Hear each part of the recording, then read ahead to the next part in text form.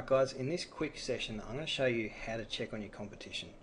I thought it might be helpful for you to have an over-the-shoulder view of the steps I take every time I'm trying to decide how long it's going to take me to outrank the competition.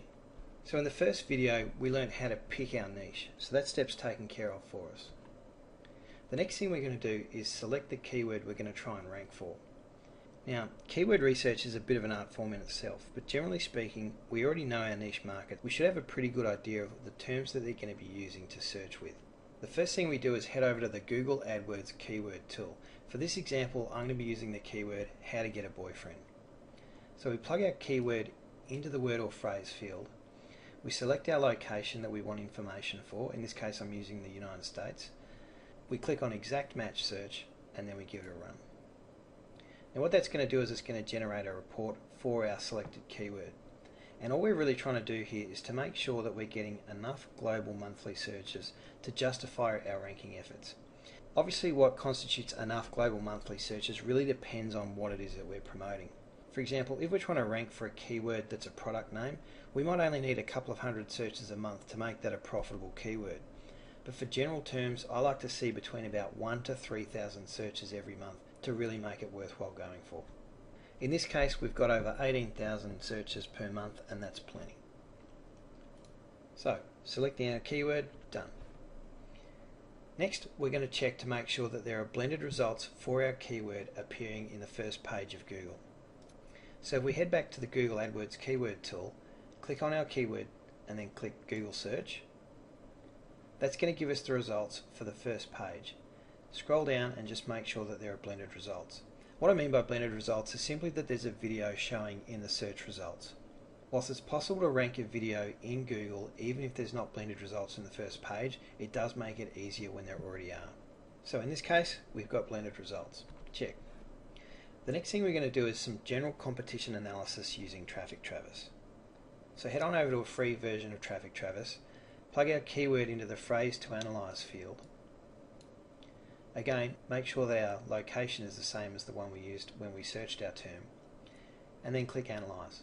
Okay, so Traffic Travis has finished generating its report, and we can see that the video that was ranking in the first page is right here. Traffic Travis gives us a couple of interesting metrics. Number one, it's always worth paying a bit of attention to the difficulty rating that Traffic Travis attributes to a particular keyword. It's not a hard and fast rule, but generally speaking, easy to medium difficulty keywords can be ranked for pretty easily. It does depend on a couple of other factors though, and we're going to have a look at those in a moment. For the time being, Traffic Travis tells us what the page rank for the video is and how many backlinks it has. Don't pay too much attention to the age for YouTube videos because it's actually the age of the YouTube domain itself, not the actual video. Now I can see from this analysis that according to Traffic Travis, there's only 19 backlinks to this video.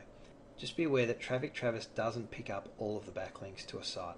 Even taking this into account, 19 is a pretty good number. That's not many backlinks at all. But let's not stop there. We want to know how good these backlinks are. It's one thing to know that it has only 19 backlinks, but what if they're 19 fantastic backlinks? A lot of marketers either don't know or simply are too lazy to take the next step, and that's to find out the quality of the backlinks.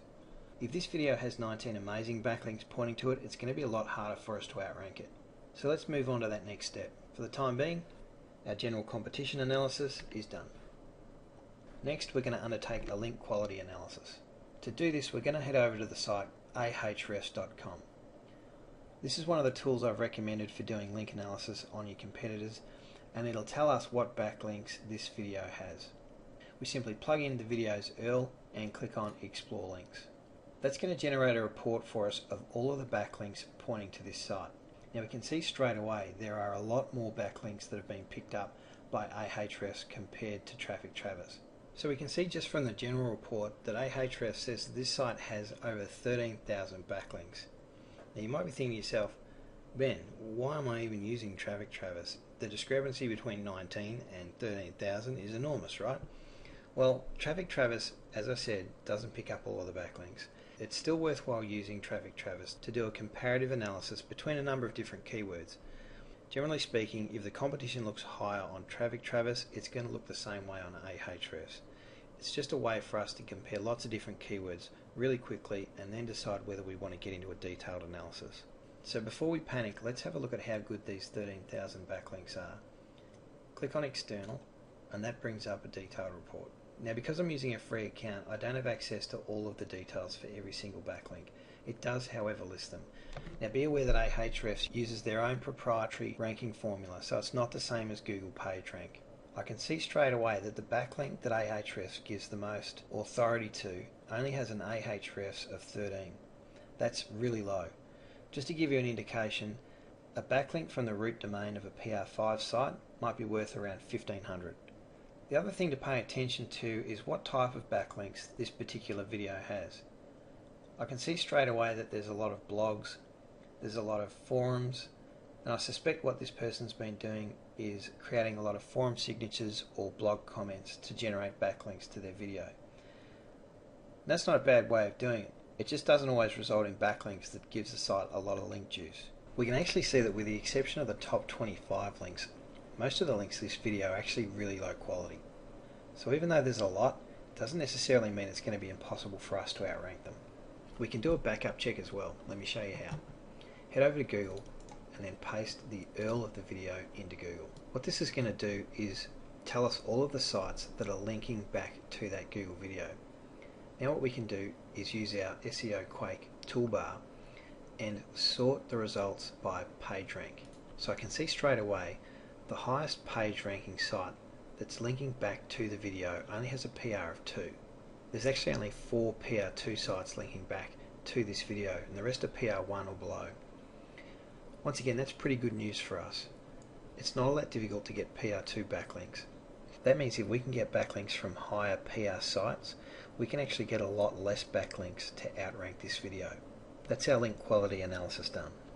Like I said, guys, it's really important to do both steps in terms of the number of links and their quality to really get a good picture of how hard it's going to be to beat the competition. The final thing we're going to do is to look at the YouTube metrics. Now this video is ranking pretty well. At the moment it's the only video ranking on page 1, so let's have a look at its metrics. Click on the link to get through to YouTube. So the first thing that stands out is this video has over 50,000 views. It has 123 likes and 45 dislikes, but the number of user engagements, 123 likes for a video that's had 50,000 views, seems a little low, so I wonder if this person might have purchased views. The other thing that makes me query that is that I actually recognise this woman from other paid testimonials. That isn't always the case, but 50,000 views is a pretty decent number. It's not hard to replicate it using paid services, but for legitimate views and for this type of video, it's a decent number. I can also see that they have 70 subscribers to their channel. Let's see what the statistics show us. Okay, so as I suspected, this video had no views and then a sudden increase up to 20,000, almost on the knocker. So I suspect that they've purchased 20,000 views and the rest are organic. Just checking out their audience metrics convinces me that they've purchased views. A lot of them are coming from Ukraine, Russia and Belarus, which is inconsistent with the demographics that the video appears to be targeting. It's only had 14 comments and 8 favourites. And just going back to the About section, I noticed that the comments are now disabled for the video. So what does all this tell me about the video? Well, number one, a lot of the traffic has been farmed. I also suspect that the user metrics for this video are probably pretty ordinary. Even though they do have some likes and subscribes, they're probably pretty trashy. If I could get a really good engaging video to rank even on the first page together with this competitor's video, I've got a good chance of getting better user engagement, better feedback, and with a decent linking strategy, ultimately I should be able to outrank this video. So that means our last step, YouTube metrics, is done. So I just want to finish off this video by saying if the metrics match up, guys, go for it.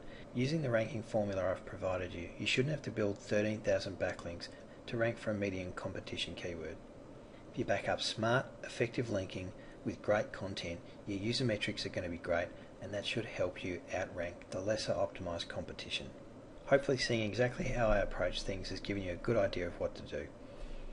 By undertaking this sort of analysis first, we can make informed decisions about whether we can beat the competition, how long it's going to take us, and how much effort it's going to require. That means working smart, not hard.